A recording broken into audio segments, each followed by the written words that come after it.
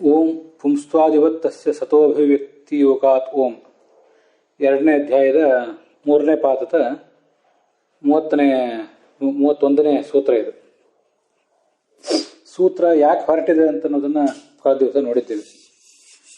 ವೇದಗಳಲ್ಲಿ ಕೆಲವು ಕಡೆ ಈ ಜೀವ ಈಗಾಗಲೇ ಜ್ಞಾನ ಆನಂದ ಸ್ವರೂಪವುಳ್ಳವನಾಗಿದ್ದಾನೆ ಅಂತ ವರ್ಣನೆ ಮಾಡಿದ್ದಾರೆ. ಇನ್ನು ಕೆಲವು ಕಡೆ ಅವನು ಈಗ ದುಃಖವುಳ್ಳವನಾಗಿದ್ದಾನೆ, ಆ ದುಃಖವನ್ನು ದಾಟಿ ಸಂಸಾರಕ್ಕೆ ಹೋಗ್ತಾನೆ ಅಂತ ವರ್ಣನೆ ಮಾಡಿದ್ದಾರೆ. ಆದ್ದರಿಂದ ವಿರೋಧ ಬಂದಿರುವುದರಿಂದ ವೇದವಾಕ್ಯಗಳಿಗೆ ಅಪ್ರಾಮಾಣ್ಯ ಬಂತು. ಇಂಥ ಅಪ್ರಮಾಣವಾದ ವೇದವಾಕ್ಯಗಳನ್ನು ಭಗವಂತನಲ್ಲಿ ಯಾಕೆ ಸಮನ್ವಯಿಸಿ ತೋರಿಸ್ಬೇಕು, ಅವನನ್ನು ಸರ್ವಶಬ್ದ ವಾಚ್ಯ ಅಂತ ಯಾಕೆ ಹೇಳಬೇಕಾದ್ರೂ ಯಾಕೆ ಅಂತ ಇಷ್ಟು ಪ್ರಶ್ನೆ ಬಂದಾಗ ಈ ಅಧಿಕರಣ ಹೊರಟಿದೆ, ಪುಂಸ್ತ್ವಾಧಿಕರಣ. ಅದರ ಅರ್ಥವನ್ನು ಜೀವಸ್ತದ್ವಶಕ ಸದಾ ಅನ್ನೋ ಮಾತಿನಿಂದ ಆಚಾರ್ಯರು ಸಂಗ್ರಹಿಸಿದ್ದಾರೆ. ತತ್ವಮಂಜರಿಯಲ್ಲಿ 62ನೇ ಗದ್ಯ ಭಾಗದಲ್ಲಿ ರಾಘವೇಂದ್ರ ಸ್ವಾಮಿಗಳು ಅದನ್ನು ವಿವರಿಸ್ತಾರೆ. ಜೀವಸ್ತದ್ವಶಕ ಗ ಅಂತಿದೆಯಲ್ಲ, ಜೀವ ಆ ಪರಮಾತ್ಮನ ಅಧೀನ, ವಶ ಅಂದ್ರೆ ಅಧೀನ ಅಂತ ಗೊತ್ತಾಯ್ತು. ಅಧೀನನಾಗಿ ಏನು ಮಾಡ್ತಾನೆ ಅಂದ್ರೆ ಮುಕ್ತಿಯನ್ನು ಪಡಿತಾನೆ. ಗ ಅಂದ್ರೆ ಜ್ಞಾನವನ್ನು ಪಡಿತಾನೆ. ಮತ್ತೆ ಅಥವಾ ಗತ ಅಂತ ಅನ್ನೋದಕ್ಕೆ ನಿವೃತ್ತ ಅಂತ ಅರ್ಥವೂ ಇದೆ. ಸಂಸಾರದಿಂದ ನಿವೃತ್ತಿಯನ್ನು ಪಡಿತಾನೆ. ಹೀಗೆ 2 ಅರ್ಥ ಅದಕ್ಕೆ. ನಾನು ಹೇಳುವಾಗ 3 ಅಂತ ಕಾಣಿಸ್ತೇನೆ, ಆದ್ರೆ 3 ಅಲ್ಲ, 2 ಅರ್ಥಗಳು. ಒಂದು ತಿಳ್ಕೋತಾನೆ ಅಂತ ಅರ್ಥ, ಜ್ಞಾನವನ್ನು ಪಡಿತಾನೆ ಅಂತ ಒಂದು ಅರ್ಥ, ಅಥವಾ ಸಂಸಾರದಿಂದ ಮುಕ್ತಿಯನ್ನು ಪಡಿತಾನೆ ಅಂತ ಅರ್ಥ. ಗಚ್ಚತಿ ಅಂದ್ರೆ ಈ ಗಮುಲು ಅನ್ನೋ ಧಾತು ಹತ್ರ ಜೀವಸ್ತದ್ವಶ ಸದಾ ಅನ್ನೋ ಅಲ್ಲಿ ಜ್ಞಾನ ಅನ್ನೋ ಅರ್ಥವನ್ನು ಹೇಳ್ತದೆ. ವಾ ಅಥವಾ ನಿವೃತ್ತೇ ಗತಮಿತಿ ಪ್ರಯೋಗಾತ್, ನಿವೃತ್ತನಾದ ವ್ಯಕ್ತಿಯನ್ನು ಕುರಿತು, ನಿವೃತ್ತನಾದ ವ್ಯಕ್ತಿ, ನಿವೃತ್ತನಾದ ವಸ್ತು ಇತ್ಯಾದಿಗಳಿಗೆಲ್ಲ ಗತ ಪ್ರಯೋಗ ಮಾಡ್ತಾರೆ. ಎಲ್ಲ ಹಾಳಾಗಿ ಹೋಗಿದ್ರೆ, ಕೆಲಸ ಹಾಳಾಗಿ ಹೋಗಿದ್ರೆ ಅಂತ ಸಂದರ್ಭದಲ್ಲಿ ಗತಂ ಹೊರಟೋಯ್ತು ಅಂತ ಹೇಳ್ತಿರ್ತಾರೆ. ಹಾಗೆ ಅದಕ್ಕೆಲ್ಲ ಅರ್ಥ ನಿವೃತ್ತ ಆಯಿತು ಅಂತಾನೆ ಪ್ರಯೋಗ. ನಿವೃತ್ತರ್ಥೋವ, ಹೀಗೆ ನಿವೃತ್ತಿ ಅಂತ ಅರ್ಥನೂ ಇದೆ. ಆದ್ರಿಂದ ಜೀವ ತದ್ವಶಕ ಅನ್ನೋ ಮಾತಿಗೆ ಅರ್ಥ ಏನಾಯ್ತು ಅಂದ್ರೆ, ತದ್ವಶಕ ಹರಿಯಧೀನ ಅಭಿವ್ಯಕ್ತಿ. ಈ ಅಭಿವ್ಯಕ್ತಿ ಅಂತನ್ನೋದು ಭಗವಂತನ ಅಧೀನವಾಗಿದೆ. ಆ ಅಭಿವ್ಯಕ್ತಿ ಅಂದ್ರೇನೆ ಅನುಭವ.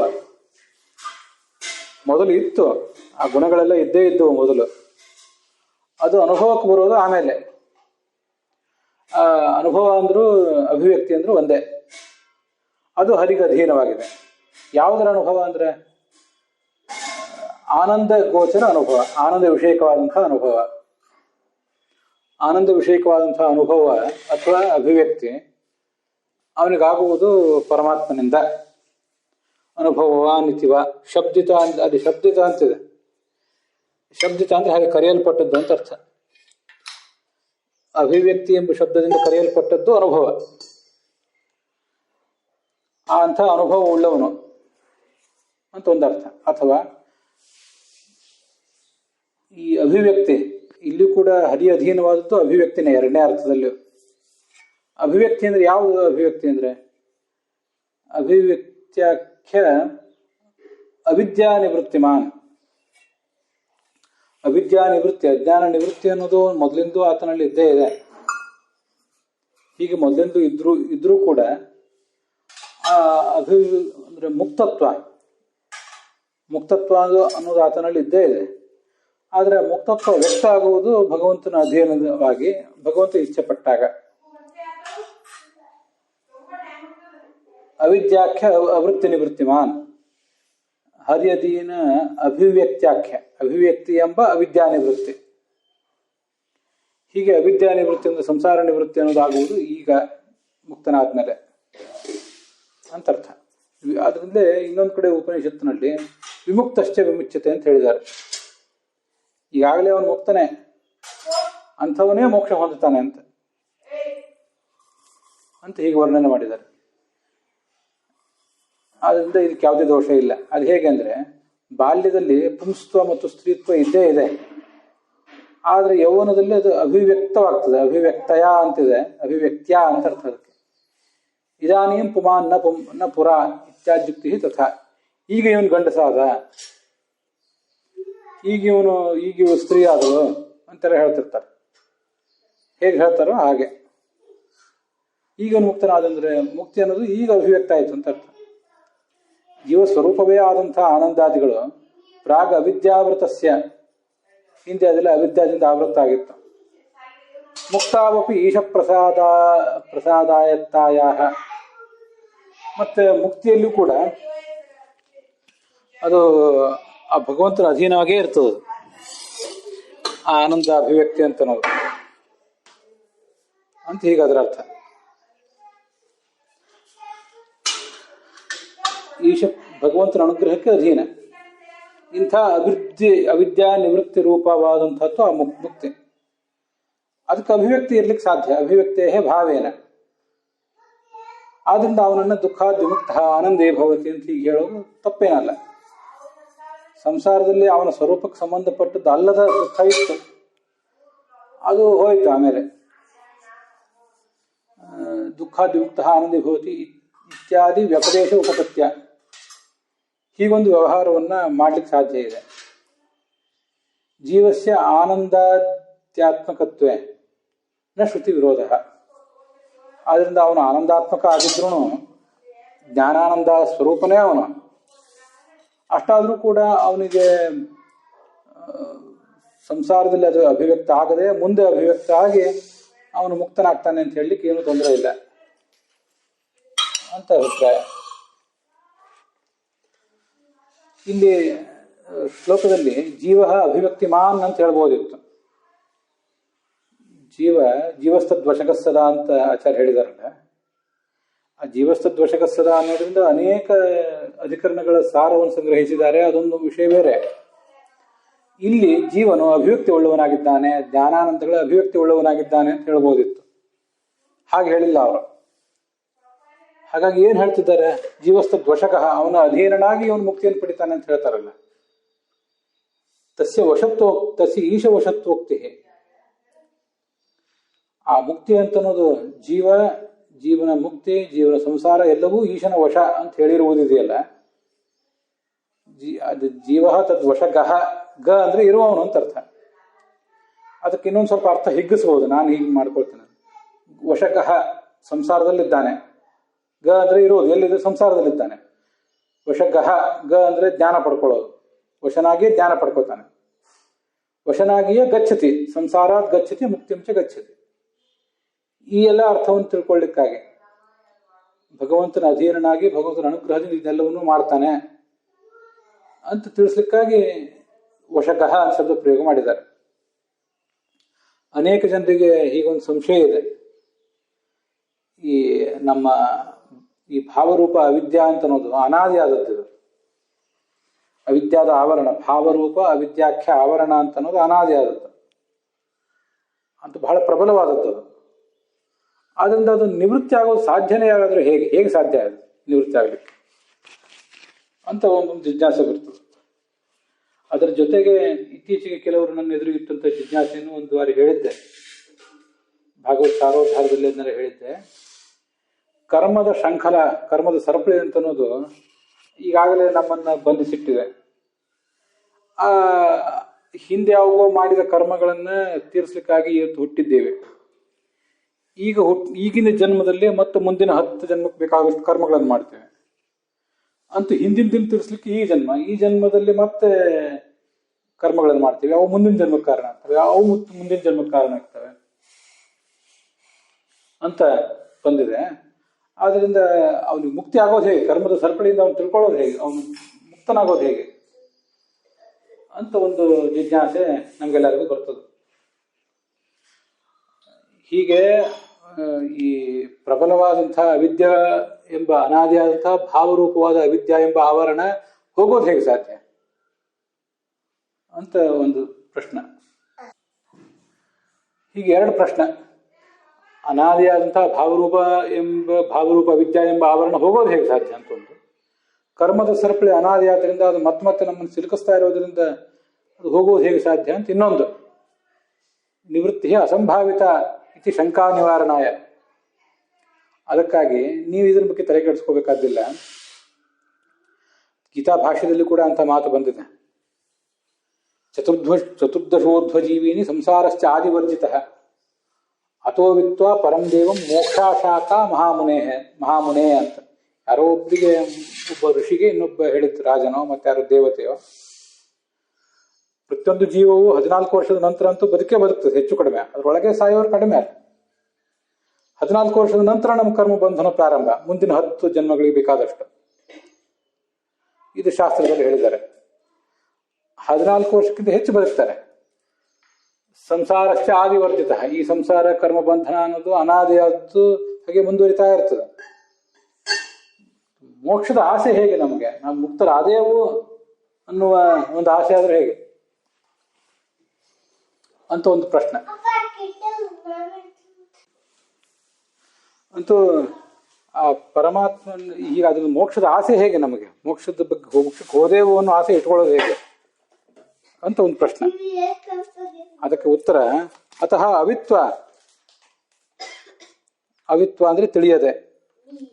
ಪರಮಾತ್ಮನನ್ನು ತಿಳಿಯದೆ ಮೋಕ್ಷದ ಆಸೆ ಹೇಗೆ ಪ್ರಶ್ನೆ. ಪರಮಾತ್ಮನ ತಿಳಿದ್ರೆ ಮೋಕ್ಷದ ಆಸೆ ಸಹಜ. ಆದ್ರಿಂದ ಪರಮಾತ್ಮನ ತಿಳ್ಕೊಂಡ್ಬಿಟ್ಮೇಲೆ ಮೋಕ್ಷದ ಆಸೆಗೆ ಏನು ಕಷ್ಟ ಇಲ್ಲ ಅಂತ ಅರ್ಥ. ಈ ಪಾಯಿಂಟ್ ಅನ್ನು ಅವರಿಗೆ ತಿಳಿಸ್ಲಿಕ್ಕಾಗಿ ಕೆಲವರಿಗೆ ಹೀಗೆ ಸಂಶಯ ಬಂದಾಗ, ಪರಮಾತ್ಮ ಸರ್ವ ಜೀವನ ಕರ್ಮ ಬಂಧನ ಅನ್ನೋದು ಅಷ್ಟು ಪ್ರಬಲ ಇರಬಹುದು, ಅವಿದ್ಯಾ ಅಂತ ಅನ್ನೋದು ಆವರಣ ಅಷ್ಟು ಪ್ರಬಲ ಇರಬಹುದು. ಅದು ಇಲ್ಲಿ ಏನ್ ರಾಘವೇಂದ್ರ ಸ್ವಾಮಿ ಹೇಳ್ತಿದ್ದಾರೆ ಅಂದ್ರೆ, ಅಚಿಂತ್ಯವಾದಂತಹ ಆ ಪರಮಾತ್ಮನ ಶಕ್ತಿ ಇದೆಯಲ್ಲ, ಅಚಿಂತ್ಯವಾದ ಪರಮಾತ್ಮನ ಶಕ್ತಿಯಿಂದ ಇದೆಲ್ಲವೂ ಕೂಡ ಸಾಧ್ಯ ಆಗ್ತದೆ. ಜ್ಞಾನದೋ ವಿಷ್ಣು, ಅಜ್ಞಾನಿಗಳಿಗೆ ಜ್ಞಾನ ಕೊಡ್ತಾನೆ. ಜ್ಞಾನ ಮೋಕ್ಷದಶ್ಚ ಸಹ ಬಂಧಕೋ ಭವಪಾಶೇನ ಭವಪಾಶಾಚ ಮೋಚಕ. ತತ್ವನಿರ್ಣಯದಲ್ಲಿ ಬಂದಿದೆ. ಅದು ಸಂಸಾರ ಪಾಶದಿಂದ ನಮ್ಮನ್ನು ಕಟ್ಟಿದವನು, ಅದನ್ನ ಬಿಡಿಸುವವನು ಅವನೇ, ಕಟ್ಲಿಕ್ಕೂ ಅವನಿಗೆ ಶಕ್ತಿ ಇದೆ. ಇದನ್ನು ಗಮನಿಸ್ಬೇಕು. ಈಗ ಜೀವ ಮೂಲತಃ ಆನಂದ ಸ್ವರೂಪನೇ, ಜ್ಞಾನ ಸ್ವರೂಪನೇ ಆದವನಿಗೆ ಬಂತ ಹೇಗೆ ಸಂಸಾರ ಅಂತಲೂ ವಿಚಾರ ಮಾಡ್ಬೇಕು. ಹೋಯ್ತು ಹೇಗೆ ಅಂತ ಆಮೇಲೆ ವಿಚಾರ ಮಾಡೋಣ. ಬಂತ ಹೇಗೆ ಅಂದ್ರೆ ಅವನ ಅಚಿಂತ್ಯ ಶಕ್ತಿಯಿಂದನೇ ಬಂತು. ಅಶರೀರಸ್ಯ ಜೀವಸ್ಯ ಶರೀರ ಉತ್ಪತ್ತಿ ಕಾರಣಂ ಈಶ್ವರೇಚ್ಛಾ ಪ್ರಾಥಮಿಕಿ ಅಂತ ಭಾಗವತ ತಾತ್ಪರ್ಯ. ಮೂಲತಃ ಅವನಿಗೆ ಸ್ವರೂಪ ದೇಹ ಇದೆ, ಲಿಂಗ ದೇಹ ಇದೆ. ಅನಿರುದ್ಧ ದೇಹ, ಲಿಂಗ ದೇಹ, ಭೌತ ದೇಹಗಳೇನೂ ಇಲ್ಲ. ಅದು ಬಂತ ಹೇಗೆ ಅಂದ್ರೆ ಈಶ್ವರ ಇಚ್ಛೆಯಿಂದ ಬಂತಷ್ಟೆ. ಅದಕ್ಕಾಗಿ ಬಂಧಕೋ ಭವಪಾಶೇನ, ಸಂಸಾರ ಪಾಶದಿಂದ ಕಟ್ಟಿದ, ಅದರಿಂದ ಮುಕ್ತನಾಗಿಯೂ ಮಾಡ್ತಾನೆ. ಎರಡೂ ಅವನ ಇಚ್ಛೆಯಿಂದನೇ ಆಗೋದು. ಅದನ್ನ ಇಲ್ಲಿ ರಾಘವೇಂದ್ರ ಸ್ವಾಮಿಗಳು ಅಚಿಂತ್ಯ ಈಶ್ವರ ಶಕ್ತಿ ಅಂತ ಹೇಳಿದ್ದಾರೆ. ಅಚಿಂತ್ಯ ಶಕ್ತಿ ಈಶ್ವರ ನಿವರ್ತ್ಯತ್ವ ದ್ಯೋತಯಿತು. ಪರಮಾತ್ಮನ ಶಕ್ತಿ ಅಚಿಂತ್ಯವಾಗಿರುವುದರಿಂದ ಸಂಸಾರದಲ್ಲಿ ಕಟ್ಟಿಯೂ ಹಾಕಿದೆ. ಕರ್ಮಬಂಧನ ಎಷ್ಟೇ ಪ್ರಬಲವಾಗಿದ್ರೂ ಅದಕ್ಕೆ ಕ್ಷಮೆ ಮಾಡಿ, ಭಾವರೂಪವಾದ ಅವಿದ್ಯಾದ ಆವರಣ ಎಷ್ಟೇ ಪ್ರಬಲವಾಗಿದ್ರೂ ಅದನ್ನು ಕತ್ತರಿಸಿಯೂ ಹಾಕ್ತಾನೆ. ಇದನ್ನು ತಿಳಿಸ್ಲಿಕ್ಕಾಗಿ ವಶಗಃ ಅಂತ ಹೇಳಿದ್ದಾರೆ. ಆ ಕರ್ಮದ ಬಂಧನವನ್ನು ಅವನು ಹೇಗೆ ಪರಿಹಾರ ಮಾಡ್ತಾನೆ? ಈ ಕರ್ಮದ ಸರಪಳಿಯನ್ನು, ಅದು ಒಂದಾದ್ಮೇಲೆ ಒಂದು ಮುಂದುವರಿತಾನೆ ಇರ್ತದಲ್ಲ, ಅದರ ಸ್ವಭಾವ ನೋಡಿದರೆ ಅಂತ ಪ್ರಶ್ನೆ ಬಂದಿತ್ತಲ್ಲ. ಹಾಗೆ ಕೆಲವರಿಗೆ ಪ್ರಶ್ನೆ ಮಾಡಿದವರಿಗೆ ಅದೊಂದು ಉತ್ತರ. ಅದು ಈಗ ನ್ಯೂಟನ್ನ ಚಲನೆ ನಿಯಮ ಅಂತಿದೆಯಲ್ಲ, ಒಂದು ವಸ್ತುವಿಗೆ ಚಲನೆ ಬಂದ್ರೆ ಅದು ಆ ವಸ್ತು ಹಾಗೆ ಮುಂದುವರಿತಾನೆ ಇರ್ತದೆ. ಅದಕ್ಕೊಂದು ಏನಾದರೂ ಪ್ರತಿಬಂಧಕ ಬರುವ ತನಕ ಅಂತ ಈ ಒಂದು ಚಲನೆ ನಿಯಮ ಇದೆ, ಒಂದು ನ್ಯೂಟನ್ ಹೇಳಿದ್ದು. ಆ ನಿಯಮವನ್ನು ಆಧರಿಸಿ ಇಲ್ಲಿ ಉತ್ತರ ಕೊಟ್ಟು ಅಷ್ಟೆ. ಆ ನಿಯಮವನ್ನೇ ಆಧರಿಸಿ ಆ ದೃಷ್ಟಾಂತವನ್ನೇ ತಗೊಂಡು ಉತ್ತರ ಕೊಡಬೇಕಂತ ಏನಿಲ್ಲ. ಆದರೆ ಕೆಲವು ಆಧುನಿಕ ವಿದ್ಯಾಭ್ಯಾಸ ಇತ್ಯಾದಿಗಳನ್ನು ಮಾಡಿದವರಿಗೆ ಆ ಥರ ಆಗೋ ಸಾಧ್ಯತೆ ಇರ್ತದೆ. ಅದಕ್ಕಾಗಿ ಅಂಥವರಿಗೆ ಆ ಉತ್ತರ ಕೊಡಬೇಕಾಯ್ತು. ಅದು ಈ ಸಂದರ್ಭದಲ್ಲಿ ನೆನಪಂತು, ಅದನ್ನು ಹೇಳಿದೆ ಅಷ್ಟೆ.